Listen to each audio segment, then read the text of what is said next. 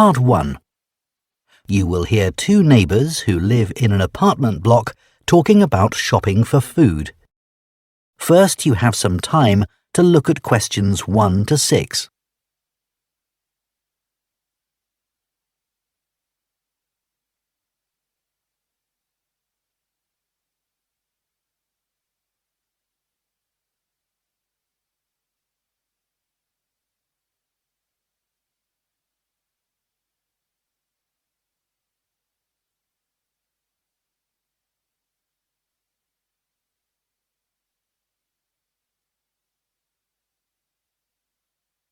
Now listen carefully and answer questions 1 to 6.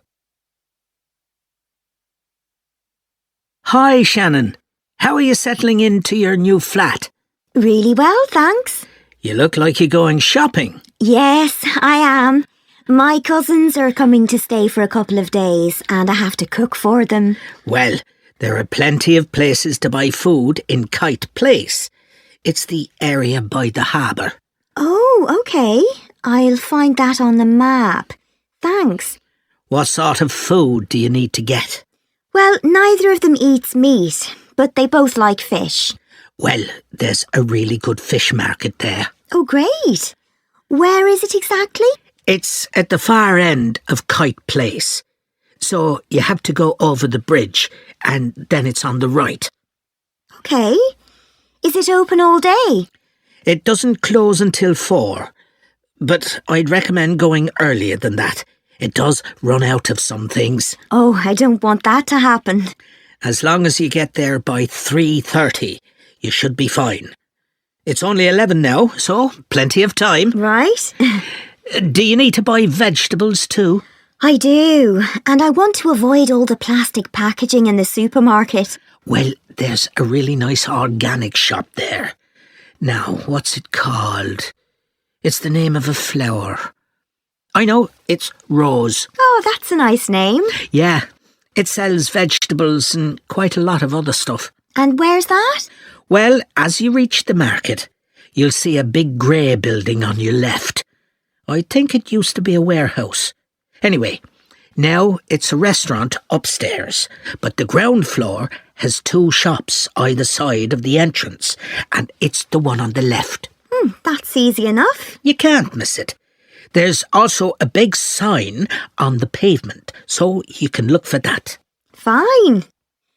I guess if I need anything else, I'll have to go to the supermarket. Yeah, you should be able to get everything you need. But there's a minibus that goes to the supermarket if you need it. It's purple, and the number is 289. Thanks. That's great.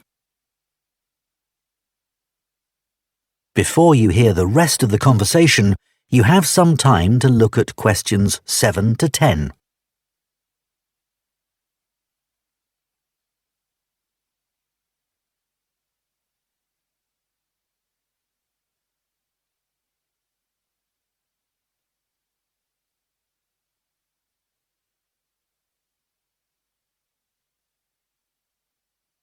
Now listen and answer questions 7 to 10. So, what do you need to get at the fish market? The salmon is always very good, and the shellfish. I'm going to make a curry, I think, and I need about 12 prawns for that. They'll have plenty of those. OK. Have you ever tried samphire? No, what's that? It's a type of seaweed. Oh. I just ask for a handful, and you fry it in butter. It's delicious. Oh, I might try that.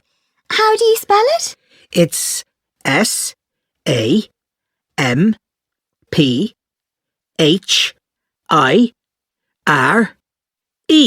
Great. It's always good to try something different. Yeah.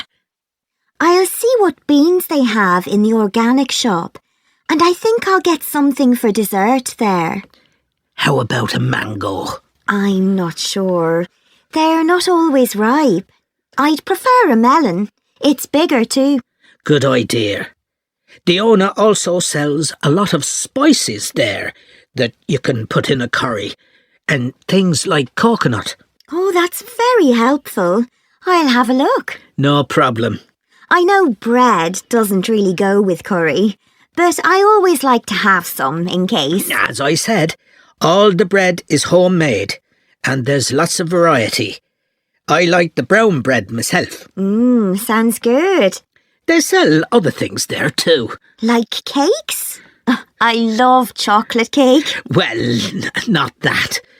But they have a whole range of tarts, and the best are the strawberry ones. Perfect. Hopefully I won't even have to go to the supermarket. That is the end of Part 1. You now have 1 minute to check your answers to Part 1.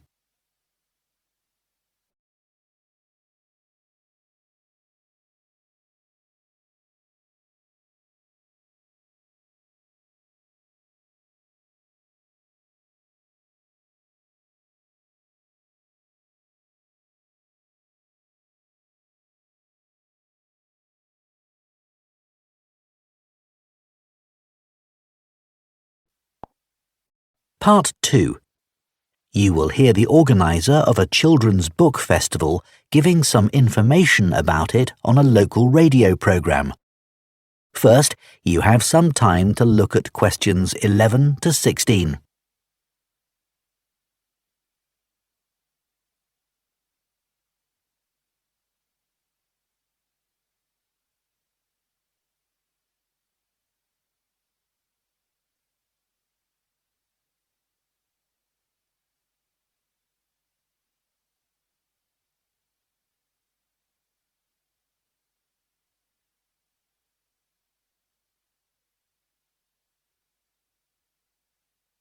Now listen carefully and answer questions 11 to 16. The Children's Book Festival is coming up again soon, and here to tell us all about it is the festival's organiser, Jenny Morgan. So tell us what we can expect this year, Jenny. Well, as usual, we've got 5 days of action-packed, exciting events for children, with writers coming from all over the country getting involved. Just to give you an idea of what's on offer in the workshops, first of all, there's a very special event called Superheroes. This is a chance for deaf children to share their reading experiences with author Madeline Gordon, who is herself hearing impaired. Just Do It is a practical workshop led by the well-known illustrator Mark Keane. He'll take participants on a magical journey to faraway lands with an opportunity for aspiring actors to do some role play. Count on Me is an inspiring and entertaining look at the issues of friendship for 13 to 14-year-olds. It looks at some of the friendships described in popular books and asks participants to compare these with their own experiences. Speak Up is part of a series of workshops on the subject of mental health. This is a creative writing workshop encouraging children to describe situations where young people experience loneliness. A recent survey revealed that children can be lonely even when they're at home with their families. Jump for Joy, as many of you will know, is the heartwarming best-selling story by Nina Karen about a young girl's trip to visit her relatives in India. It recently received the gold medal at the Waterford Awards. Nina will get children to celebrate the word joy by writing a poem. Sticks and Stones is the beautifully illustrated picture book for young readers about a community who organise an African Caribbean festival to help local children learn about their Jamaican roots. This will be a musical event where children will have the chance to play steel drums. This is bound to be very popular, so please book as soon as possible. Before you hear the rest of the programme, you have some time to look at questions 17 to 20.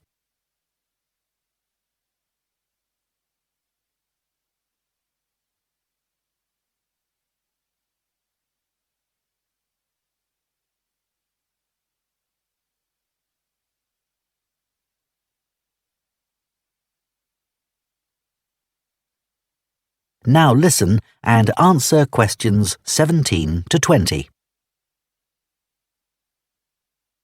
Thanks, Jenny. That all sounds really interesting. I'm just wondering if you have a favourite book you could recommend for our readers? It's hard to choose, but Alive and Kicking is definitely worth mentioning. You won't have heard of the writer as it's her first book, which is really impressive. It's basically the teenage diary of a boy from Somalia who comes to live in the UK. It deals with the serious issue of immigration and all the challenges the boy has to face at school and with the language barrier, etc. Usually, books like this are quite sad, but this one actually made me cry with laughter. On each page, there are simple but hilarious black and white stick drawings of the boy with his friends and teachers. At the end of each diary entry, there are new English words the boy learns each day, which may help develop some children's vocabulary. I think my kids would enjoy that. What about any advice for parents on how to encourage their children to read more? Well, this is something I get asked about a lot. There are so many distractions for kids these days that it can be hard to find time for reading. One thing I'd say is to make time to sit down with your child and share books with them. A lot of parents give up reading aloud to their children as soon as they learn to read independently, but this is a mistake. It's good to read more advanced books to them as it helps to develop their vocabulary. If you don't have time for this, then let them listen to audiobooks. Often they'll want to read books they've listened to for themselves. I think it's a good idea to make a mental note of the type of books your child is reading. Often they just read the same genre all the time, which can get a bit boring. You can introduce new authors and genres to them.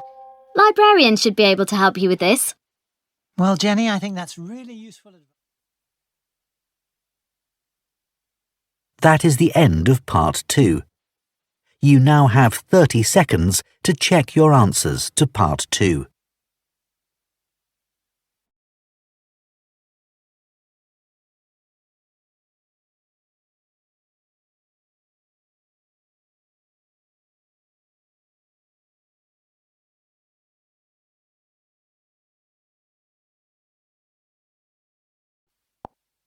Part 3.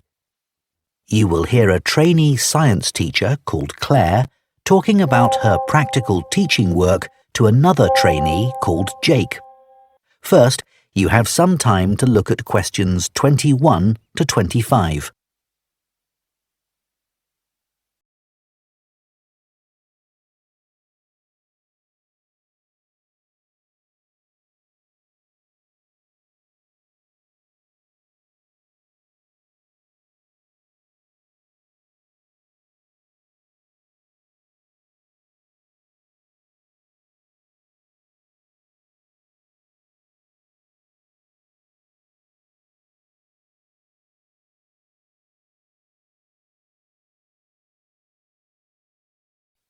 Now listen carefully and answer questions 21 to 25.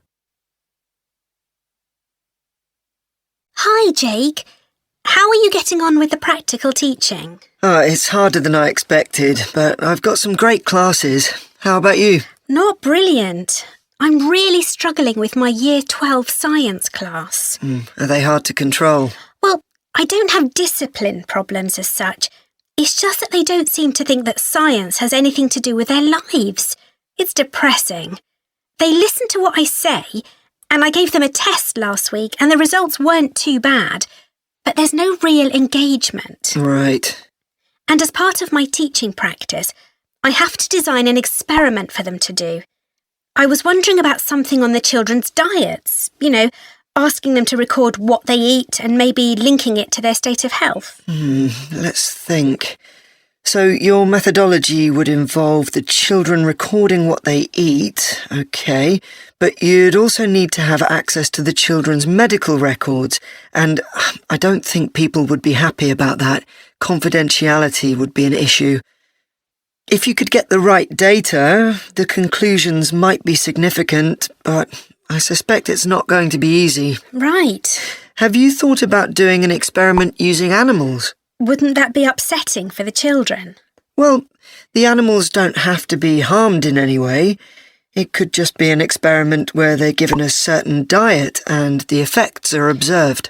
Would I have to get permission to use animals? Yes, you'd have to submit an outline of the experiment and fill in a form, but it's quite straightforward. But if we found out that, say, a particular diet affects the health of animals, the same thing wouldn't necessarily be true for people, would it? No, that's true.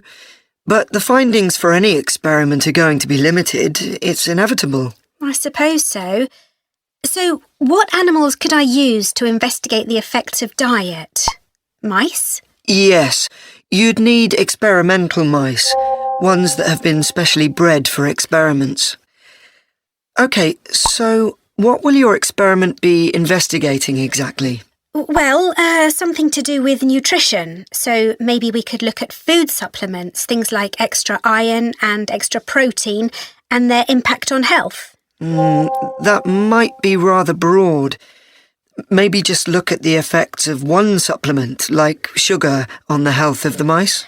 In fact, maybe the focus could be on whether mice can control their own diet. So what happens when they have access to more sugar that they don't really need? Exactly.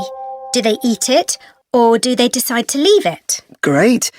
Then later on you could do a follow-up experiment adding another variable, like you could give some of the mice the chance to be more active, running on a wheel or something, and the others just sit around and don't do much.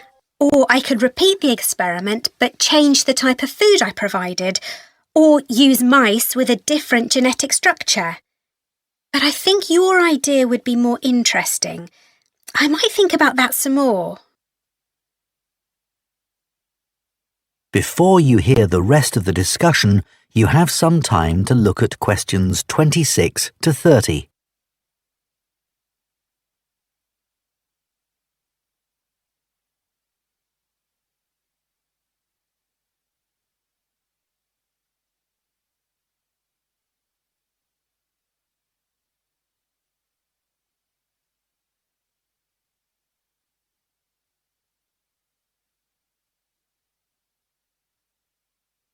Now listen and answer questions 26 to 30.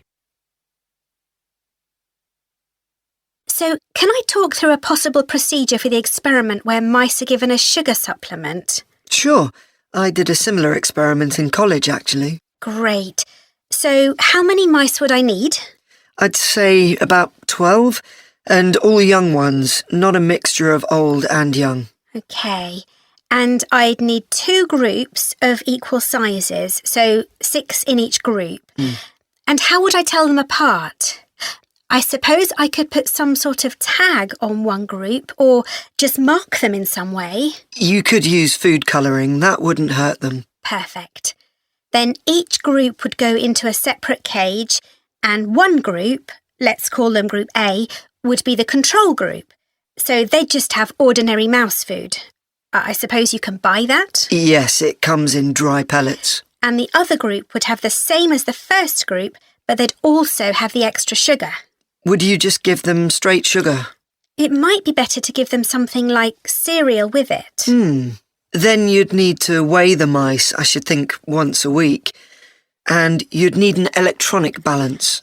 But we can't hold them on the balance, or it'd affect the reading. Exactly. So you need something called a weighing chamber to stop the mice from running away. It sounds complicated, but actually you can just use a plastic box with holes in the top. OK. So once we've measured the weight gain of each mouse, we can work out the average for each group, as well as the standard deviation, and then see where we go from there. That sounds cool. I think the students will enjoy it. Yes. One thing you must remember... That is the end of part 3. You now have 30 seconds to check your answers to part 3.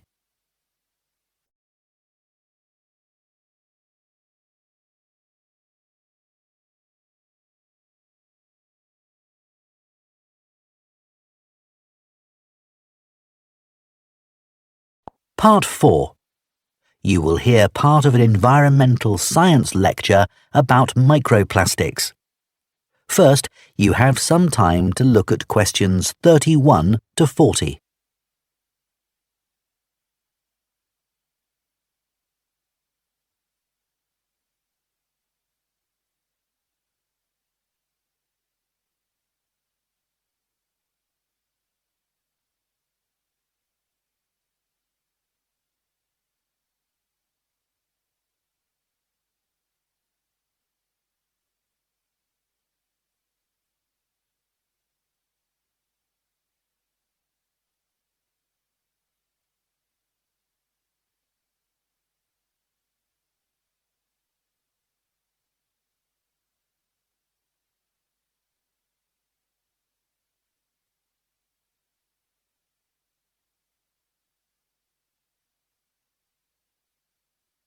Now listen carefully and answer questions 31 to 40. In today's lecture, I'm going to be talking about microplastics. Microplastics are tiny pieces of plastic smaller than 5 millimeters in size. Recently, there's been a greater awareness that there are large quantities of plastic waste, big and small, in the environment. The amount of plastic waste in the oceans has received widespread attention, but far less is known about the effects of microplastics in fresh water and particularly in soil. Microplastics can enter the environment via a number of different sources. Threads and microfibers detach from synthetic clothing every time they're put in a washing machine, and these find their way into the water system. Other sources include big pieces of plastic waste that are already in the environment, and these break down into microscopic particles over a period of time. On a larger scale, factory waste is another route, as are tyres, which wear down as cars, lorries and so on travel along road surfaces. We already understand some of the impacts of microplastics from studies involving fish and other animals. There is evidence that microplastics harm small creatures in a variety of ways, such as by damaging their mouths or by impairing their ability to feed, for example when microplastics get lodged in their digestive system. Surprisingly, perhaps, it is likely that humans consume microplastics, as these have been detected in a wide range of food and drink products, including bottled water, as well as in water that comes direct from the tap. What's more, salt and many kinds of seafood have also been found to contain microplastics. However, it's important to underline that there is not yet conclusive proof that microplastics cause significant harm to people. In many countries, including here in the UK, there is legislation which prevents manufacturers from adding plastic microbeads to shower gels, facial cleansers, and toothpaste. It is very difficult to accurately estimate the total amount of microplastic particles in the soil, as they can be hard to detect. But we do know they are carried in the air and deposited in the soil by rain. What's more, many of the fertilizers used by both farmers and gardeners contain microplastics.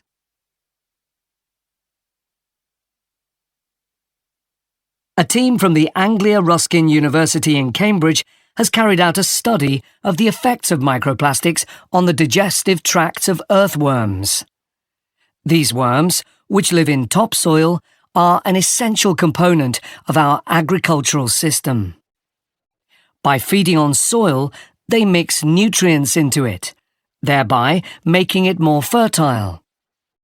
The researchers set out to discover whether the introduction of microplastics into the soil and the subsequent ingestion of these by earthworms would impact soil quality and ultimately inhibit plant growth.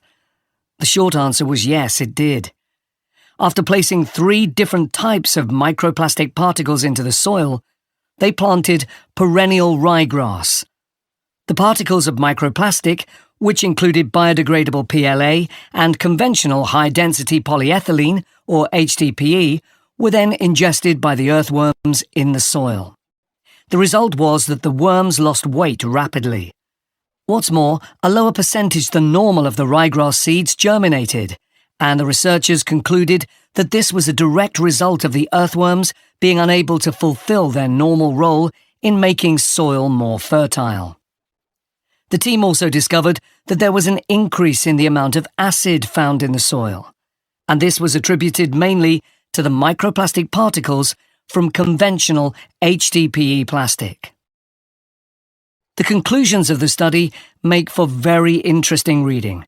I've included the reference in the notes to give you at the end of this session. To summarise, the authors proposed the idea that we need to regard soil as we would regard any other process in nature. This means we should accept the implications of soil being dependent on decaying and dead matter constantly being passed through the bodies of earthworms. That is, when soil becomes impoverished by the presence of microplastics, not only ecosystems, but also the whole of society are negatively impacted. That is the end of Part 4.